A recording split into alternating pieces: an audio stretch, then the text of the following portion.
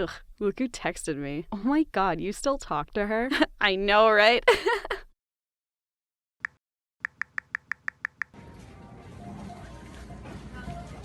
Oh, I'm sorry. Oh no, you're fine. Oh, okay. God, some people, right? Like, get off your phone and look up. God, what an idiot. Can I see your ID? Oh, yeah. Oh, you look young for your age. Oh, yeah.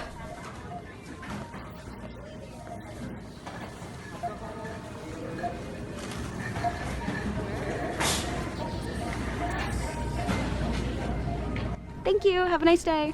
Thanks. You too. Hi, my name is Alyssa. I make YouTube videos, I go to conventions, I have a social life, and I have social anxiety. I know. How is that possible? I ask myself that question every day. Social anxiety isn't about just not liking attention. It's defined by an intense anxiety or fear of being judged, negatively evaluated, or rejected in a social or performance situation. For me, I worry about what other people think of me, what they're saying about me when I'm not there. I worry about offending people, or confusing people, or making someone angry, or sad, or I don't know, the possibilities keep me up at night to the point where I spiderweb into what ifs. What if I invite someone to the movies and they don't want to go, but they say yes anyway? What if they're just going because they pity me? Or they feel obligated to? What if no one really wants to go to the movies with me? What if no one really likes hanging out with me? What if everyone secretly hates me? What if I'm not picking up on their social cues and it's just a matter of time before I lose all my friends? Wait, why am I even doing YouTube if I'm so afraid of what others think? Time to quit! This kind of thinking doesn't go for everyone, but those are the kinds of irrational thoughts I have. And sometimes it's a struggle to admit to myself that those thoughts are, in fact, irrational. So, what do?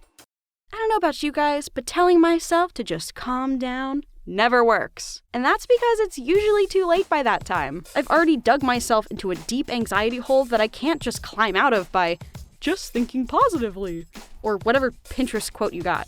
I need a Lexapro, Susan. And a ladder.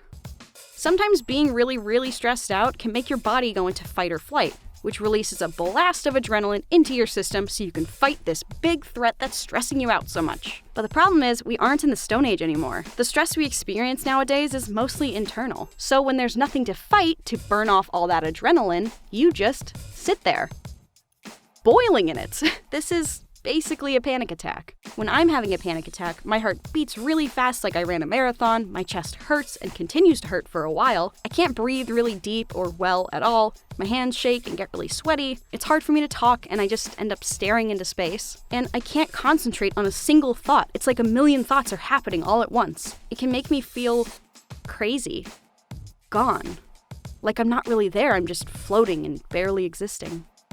And again, all of this is happening because my brain thinks there's a bear in front of me.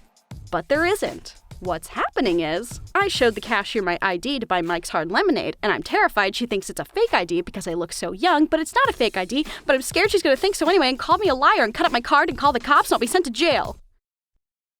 Seriously.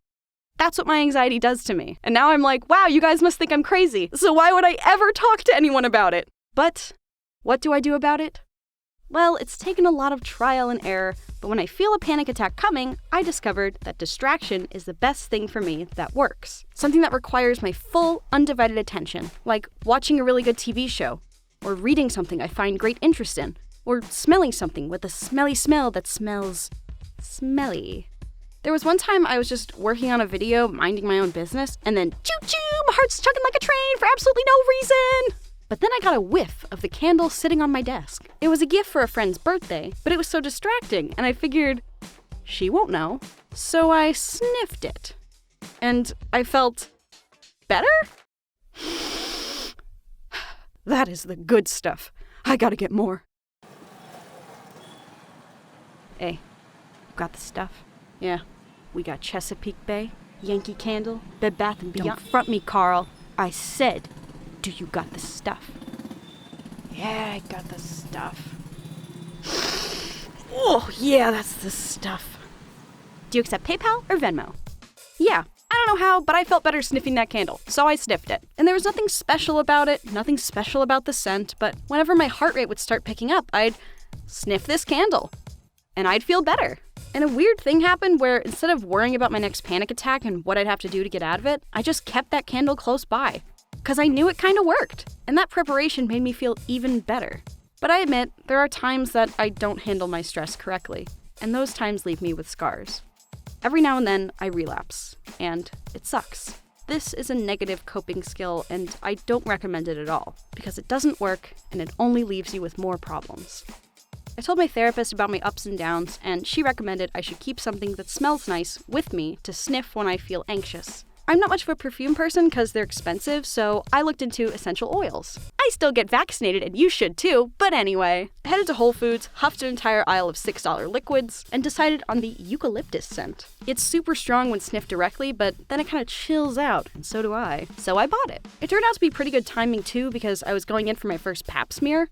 You can Google that. I wasn't too nervous leading up to the appointment, but afterwards, I needed to chill. So while I was walking down the hallway of the hospital, I took out my eucalyptus. And what's nice about it is, it has this little dropper to drop just a little bit on my wrist and sniff. But I guess I should have practiced this motion beforehand, because when I went to use the dropper, I spilled the entire bottle. I got it all over my arm, my leg, my foot, my shoe, and the floor. And it turns out eucalyptus juice is yellow, so it looks like pee. It looked like I peed on the floor in the middle of the hallway. Who does that? Why did that girl pee? What is wrong with her?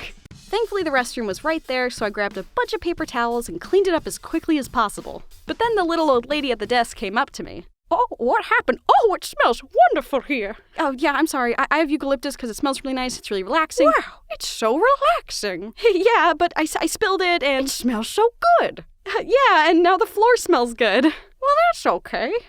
You know you could have asked me for help. Here, let me help you.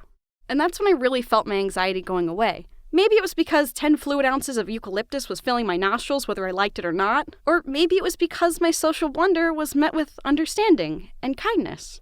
In a moment of panic, I always feel so ashamed and embarrassed. I forget that I can just ask for help. I can talk to someone about it. It really is that easy sometimes, but it doesn't always feel that way. A big mess may seem big and messy and impossible for me to clean up, but it may not seem so big and messy to someone else.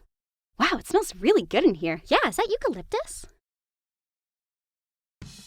Thank you so much for watching my video. I'll be coming out with a music video next week. If we're in the future and it's already next week, you can watch it right here. Otherwise, turn on your notifications because I'm gonna go even deeper into the mental health stuff. And thank you, Hannah, my sound editor, for editing all this sound. It sounds great. Check the link in the description to find all her stuff, and also check out my Patreon. Thank you, patrons, and happy holidays!